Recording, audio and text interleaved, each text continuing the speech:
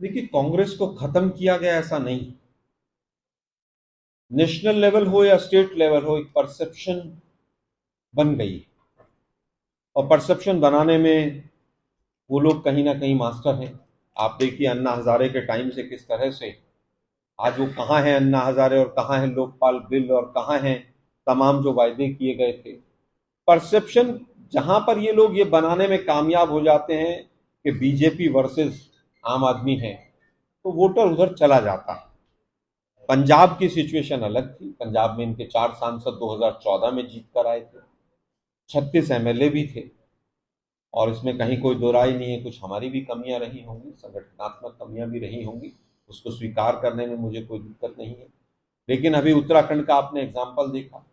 उसके बाद 2017 का, 2014 के बाद 15 में तो इनकी फुल फ्लेज सरकार आई थी। गुजरात में कितना वोट मिला इनको। हर राज्य का अपना अलग अलग एक वोटिंग पैटर्न होता है। आज गुजरात में आम आदमी पार्टी का कहीं कुछ नहीं है। सीधी टक्कर जो है वो भाजपा और कांग्रेस की है। और ये जो तमाम नौटंकियां हो रही हैं, कभी मैं कंस की औलादों को ये कर दूंगा, और मैं हनुमान जी का भक्त हूं, और तमाम हिंदू मुसलमान के होर्डिंग पोस्टर जो भाजपा लगाती है इनके, ये सब मिला जुला खेल है। भाजपा ने तो पिछली बार भी, मुझे याद है, मोटा भाई और नाना भाई दोनों की स्टेटमेंट अब की बार 150 के पार का नारा था इनका, आई 100 से कम थी। ये सब साइकोलॉजिकल गेम प्लान होता है। जब काम नहीं किया होता तभी आप दूसरे तमाम तरह के वक्तव्य और बयान देते हैं कि जनता के ऊपर किस तरह से साइकोलॉजिकल गेम प्लान किया जाए। इस बार हालात बहुत बदले हुए हैं। लोग जानना चाह रहे हैं कि सूरत में जो कोरोना में भट्टी जलकर पिघल गई थी मुर्दा घर की, उसके पीछे कौन था, ऑक्सीजन क्यों नहीं मिली। इस बार गुजरात की जनता जानना चाहती। देखिए, जहां तक बात है आप शब्दों की, देश के प्रधानमंत्री बड़ा प्रधान है, हम उनका सम्मान करते हैं, उनकी नीतियों के विरोध में हो सकते हैं। किसी की भी माताजी, किसी की भी बहन, किसी की बेटी, किसी की पत्नी के लिए अपमान किसी भी रूप में जायज नहीं।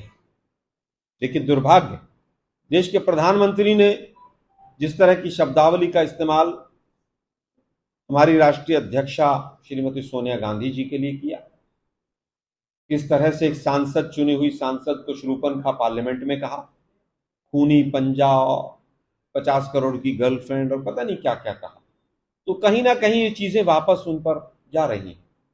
लेकिन 3.5 साल पुराने, 2.5 साल पुराने वीडियोस को निकाल के और आज प्रेस कॉन्फ्रेंस अगर बीजेपी कर रही है, तो वो कहीं ना कहीं ये चाहती है कि आम आदमी पार्टी का वोट परसेंट जो 1% से भी कम है अभी, उसको थोड़ा सा बढ़ा दिया जाए ताकि कांग्रेस को नुकसान हो। लेकिन फिर भी चाहे गोपाल इटालिया हो और चाहे मोदी जी हो, इस तरह की शब्दावली बर्दाश्त नहीं होनी चाहिए। एक तरफ आम आदमी पार्टी के प्रदेश अध्यक्ष के बयान आप बता ही रहे हैं, और दूसरी तरफ 107 केस वाले सीआर पाटिल हैं। तो आप सोच सकते हैं ये लोग किस तरह से देश की जनता को गुमराह कर रहे हैं। कौन जा रहा है, कौन खरीद रहा है, वो केवल कांग्रेस में ही नहीं है, तमाम दलों में। बीजेपी के 2 विधायक हिमाचल में कांग्रेस में भी आए हैं।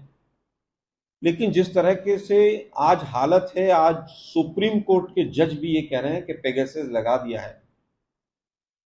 सीबीआई के डायरेक्टर तक डर के बैठे हुए हैं, उनकी पेंशन नहीं मिल रही है। जो व्यक्ति सामाजिक जीवन में है, उसको परेशान करना, हैरान करना बहुत आसान होता है। फिर भी आपके सवाल में तंत है। मैं मानता हूं कि इस बार जरूर इस चीज का ध्यान दिया जाए कि जो लोग आइडियोलॉजी से जुड़े हुए हैं, जो कांग्रेस की विचारधारा से जुड़े हुए हैं, हमने भी इंटरनली ये बात शीर्ष नेतृत्व को बताई है कि जो लोग टिकाऊ हो, जिन लोगों के ऊपर प्रश्न चिन्ह ना हो, उन लोगों को टिकट दिया जाए और भविष्य में इस चीज का ध्यान रखा जाए। लेकिन फिर भी मैं एक बात कहूंगा कि लोकतंत्र के चौथे स्तंभ को यह भी देखना चाहिए। गोवा हो, अरुणाचल हो, मध्य प्रदेश हो, कर्नाटक हो, अभी नया एग्जाम्पल महाराष्ट्र का है, उसमें तो शिवसेना के विधायक थे। तमाम जगह तमाम दलों को तोड़ने का काम भाजपा सरकार करती है। और हमें तो अभी तक यही समझ आया है कि शाम दाम दंड भेद से किस तरह से सत्ता को हथियाया जाए, यही भाजपा का गुजरात मॉडल। आज हालत ये है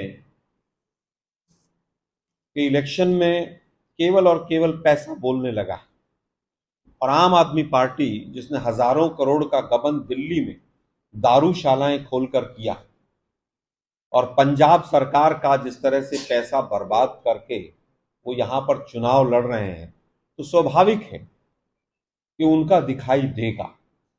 लेकिन जमीन पर पिछले 27 वर्षों से हम विपक्ष में रहने के बावजूद यहां पर किसी पार्टी की, तीसरी पार्टी की, चाहे केंद्र में भी सत्ताएं बदली, उत्तर प्रदेश में बसपा भी आई, यहां पर किसी पार्टी का कोई अस्तित्व नहीं रहा।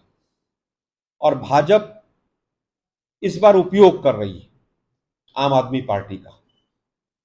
जिस दिन सत्येंद्र जैन जेल गए थे, ये तो वही लोग हैं ना जो कहते थे कि हमारे ऊपर तो आरोप भी लगेंगे और भ्रष्टाचार के तो हम हटा देंगे। हम पूछना चाहते हैं, सत्येंद्र जैन 4 महीने 5 महीने से जेल में हैं, वो मंत्री पद पर कैसे बने हुए? लेकिन वो हिमाचल के प्रभारी थे और जिस दिन वो जेल गए उसी दिन भाजपा ने तय कर दिया था कि आप हिमाचल सब छोड़ो, हम गुजरात में हार रहे हैं, हमारी सत्ता को बचाओ किसी तरह से, हमारी बी टीम है आप लोगों को छुट्टा इसीलिए छोड़ रखा है कि जहां जहां कांग्रेस की सरकार आनी हो वहां जाकर चुनाव लड़ो। मुझे लगता है साहेब की कोई घोषणाएं और कुछ अभी परिक्रमा बच गई होंगी। तो इलेक्शन कमीशन आजकल पूरी तरह से, जिस तरह से देखने में आ रहा है, कोई भी संवैधानिक संस्था हो वो भाजपा के इशारे पर काम करती। हिमाचल में हो सकता है बर्फबारी एक कारण रहा हो, लेकिन इलेक्शन कमिश्नर महोदय का जो कल वक्तव्य था कि 40 दिन का गैप है, तो मैं उनको बता देना चाहता हूं, उत्तराखंड में 53 दिन का गैप था, गोवा और यूपी में 63 दिन का गैप था, यहां तो 2 राज्यों में मात्र 40 दिन का ही गैप था। लेकिन मोदी साहब के कुछ शायद घोषणाएं और कुछ मन की बात उनकी रह गई होगी। हम उम्मीद करते हैं कि जल्द इलेक्शन कमीशन घोषणा करे। कांग्रेस पार्टी चुनाव के लिए पूरी तरह से मैदान में तैयार है।